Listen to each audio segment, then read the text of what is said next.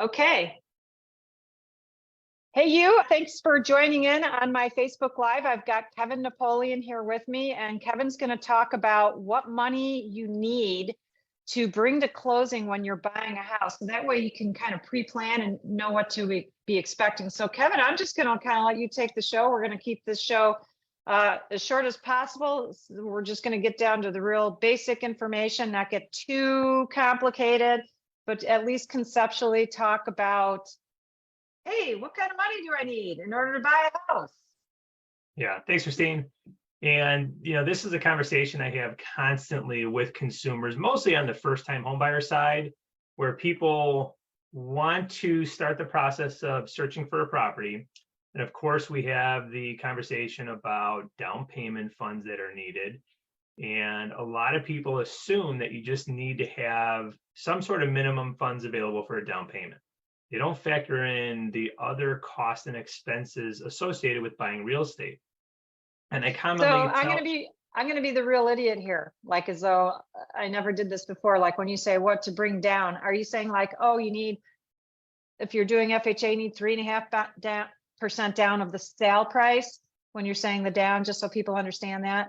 Yeah, whatever the percentage of the sale price is. So people either want to buy a house with the minimum required down payment, whether it's 3% or 3.5% of the price, or some people may have saved a while and they say, okay, I'm going to buy a house. I'm putting 20% down no matter what. So they save until they have 20% down of whatever target price range they're contemplating. Mm-hmm. But they don't realize sometimes, or in all cases, there's other money involved besides just the down payment. And I kind of always equate it to just real life. Anytime you buy something, if you go to the store and buy a gallon of milk, and that gallon of milk is $8, it's going to cost more than $8 when you check out, right? You're going to have tax on top of that. When you buy a car, that's kind of the best example. You can buy a car for $30,000, but you also have tax, title, and license. When you buy a house, it's the exact same concept, except there's a little bit more of a process or procedure involved. And we have to figure out what are considered the quote unquote closing costs. So in some cases, you have to have your down payment plus anywhere between maybe 2 or 3 additional %, depending on what city you're in, what type of property you're buying, what price range you're buying, etc. So what I usually will tell people is you're going to have your down payment plus anywhere between maybe $3,000 to $5,000 is usually what I see in most cities throughout Illinois. Now, beyond that, you sometimes need to show additional funds for reserves. So the concept behind that is you don't want a consumer buying a house and putting every penny they have into the transaction and having no money in the bank post-closing. So sometimes we will require a few months worth of reserves, meaning if your payment was $2,000 a month, we may want to show 2 or 3 months worth of payments set aside after you close.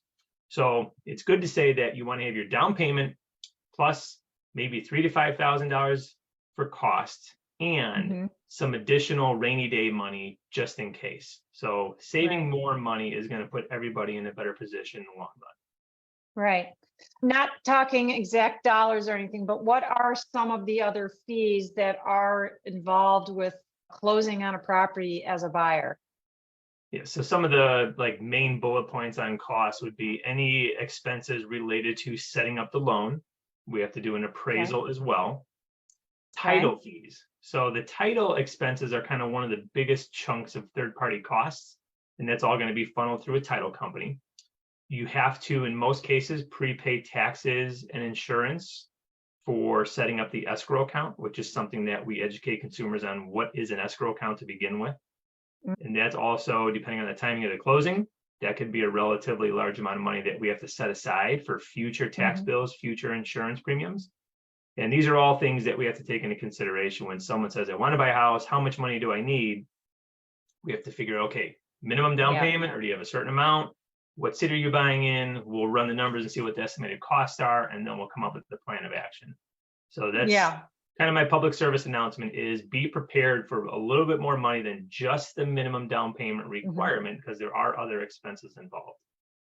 If a buyer is like, well, I'm so far away from, I got bad credit score, I'm working on things, but I know probably in a couple of years, I want to be buying a house, and they're just trying to have like a percentage idea in their head. if they're thinking like, well, I know I'm probably going to just do 5% down, but how much more do I need? Like, should they be thinking probably another 5%, 2.5% of the cost of the price of the house?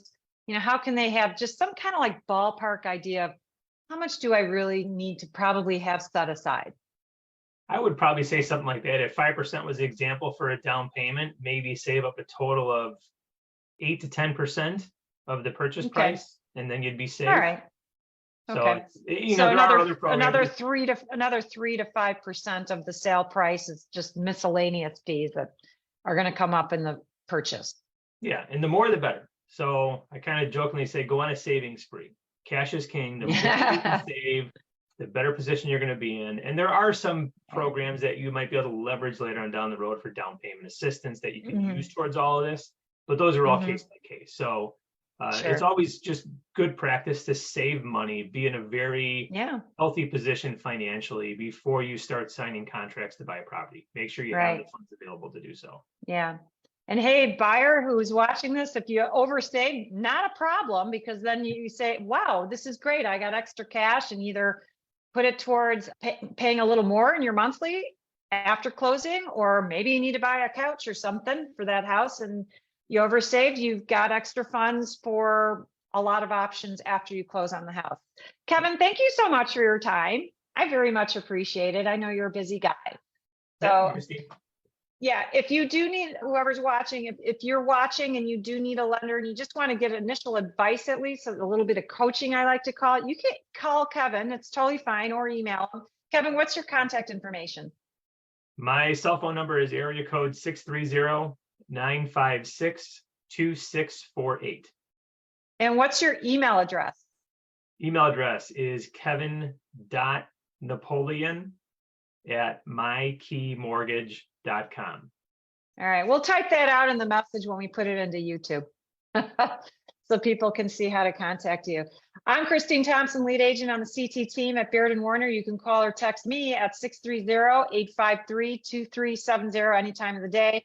And you can also email me at christine.thompson@bairdwarner.com. We'll have all that information in the verbiage under our YouTube video, where we're going to be posting this later.